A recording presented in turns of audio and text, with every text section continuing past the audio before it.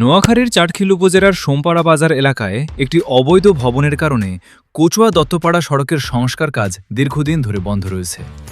এতে প্রতিদিন চরম দুর্ভোগ পোহাতে হচ্ছে এ সড়ক ব্যবহারকারী হাজারো মানুষকে।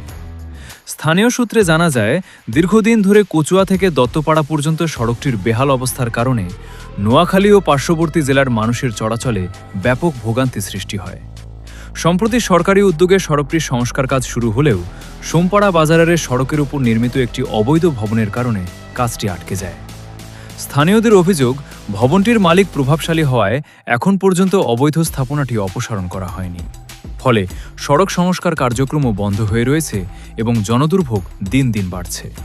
এছাড়া এলাকাবাসীর অভিযোগ, অবৈধ ভবনটি অক্ষত রেখে সড়কের নকশা পরিবর্তনের চেষ্টা এবং টেন্ডার অনুযায়ী কাজ বাস্তবায়নে গাফিলতির অভিযোগও রয়েছে সংশ্লিষ্ট ঠিকাদারের বিরুদ্ধে।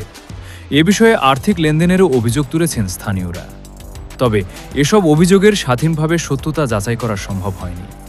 এ অবস্থায় দ্রুত অবৈধ স্থাপনা অপসারণ করে সড়কের সংস্কার কাজ পুনরায় শুরু এবং অভিযোগগুলো তদন্ত করে প্রয়োজনীয় ব্যবস্থা গ্রহণের জন্য সড়ক বিভাগের সংশ্লিষ্ট কর্মকর্তাদের প্রতি জোর দাবি জানিয়েছেন এলাকাবাসী।